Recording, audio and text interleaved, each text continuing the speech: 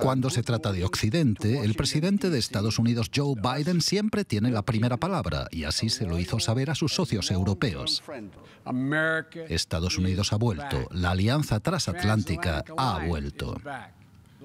Joe Biden dejó claro el principal objetivo de Estados Unidos. Debemos prepararnos juntos para una competición estratégica a largo plazo con China. Algo complicado para Alemania, que debe agradecer a China su recuperación económica en medio de la pandemia. Angela Merkel dice estar lista para asumir el desafío, pero con un enfoque más moderado.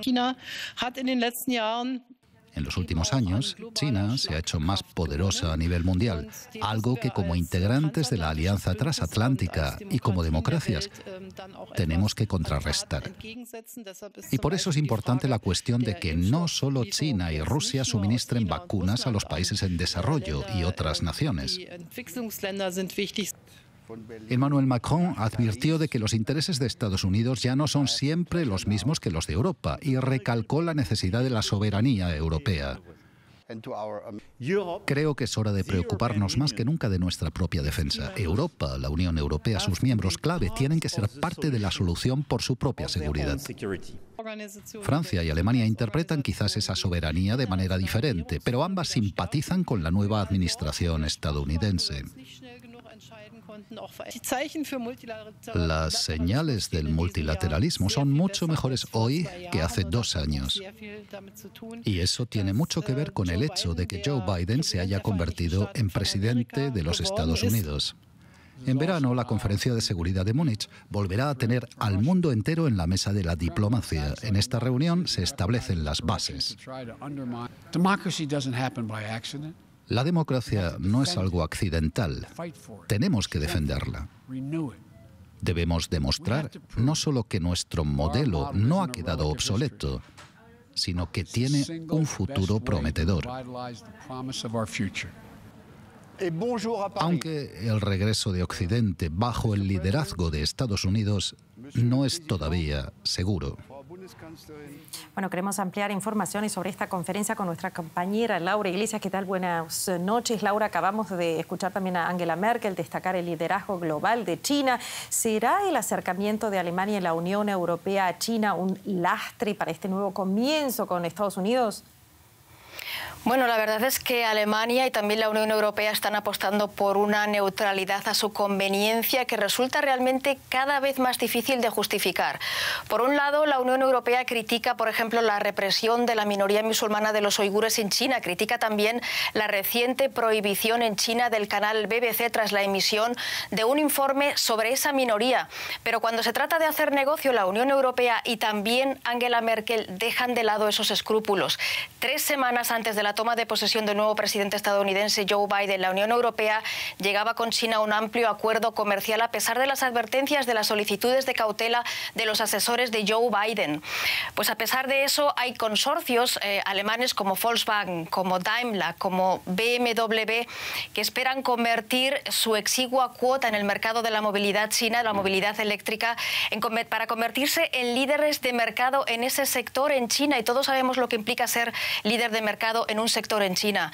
Al final, como en tantas ocasiones, también en Europa, a pesar de las declaraciones en defensa de los derechos humanos, esos valores sucumben en pro de los intereses económicos, también en Europa. Gracias, Laura. Te pido que te quedes con nosotros ahí. Enseguida volvemos contigo. Hay más preguntas por hacerte y les contamos también que la diplomacia con la que Joe Biden se ha dirigido este viernes a los líderes europeos, resaltando el compromiso de Estados Unidos con la seguridad en Europa, contrasta un poco con la dureza de sus palabras sobre, por ejemplo, Rusia. Escuchemos al presidente estadounidense. El Kremlin ataca nuestras democracias y utiliza la corrupción como arma para sabotear nuestros sistemas de gobierno. Los líderes rusos quieren que la gente piense que nuestros sistemas son más corruptos o tan corruptos como el suyo, pero el mundo sabe que eso no es cierto. También los propios ciudadanos rusos. Putin trata de debilitar el proyecto de la Unión Europea y a nuestros aliados de la OTAN. Trata de sabotear la unidad transatlántica porque para el Kremlin es mucho más fácil acosar a los estados individuales que negociar con una comunidad transatlántica unida. Muy claras palabras escuchamos hoy del presidente de Estados Unidos. Laura, ¿qué posibilidades tiene el plan de Biden de unir a la Unión Europea con Rusia? Bueno, por un lado, está claro que estas palabras tan duras de Joe Biden con respecto a Rusia no dejarán indiferentes a Alemania en un momento de especial tensión de Alemania y de toda la Unión Europea con Rusia después de la detención de Navalny, después de la expulsión de diplomáticos europeos que para el gusto de Rusia se interesaron demasiado por la situación de Navalny. Pero tampoco se puede negar que en Europa se están escuchando voces conciliadoras, otro tipo de voces que piden un diálogo con Rusia. Es el caso del presidente Emmanuel Macron, el presidente francés, que ha solicitado recientemente ese diálogo.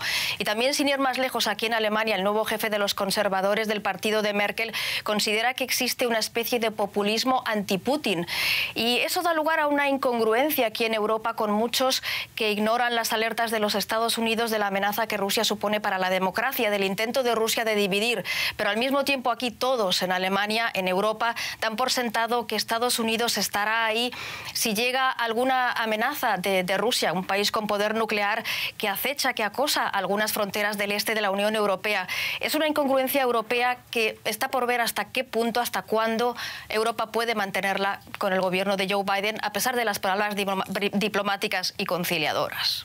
Muchísimas gracias por este análisis, Laura Iglesias. La escuchábamos.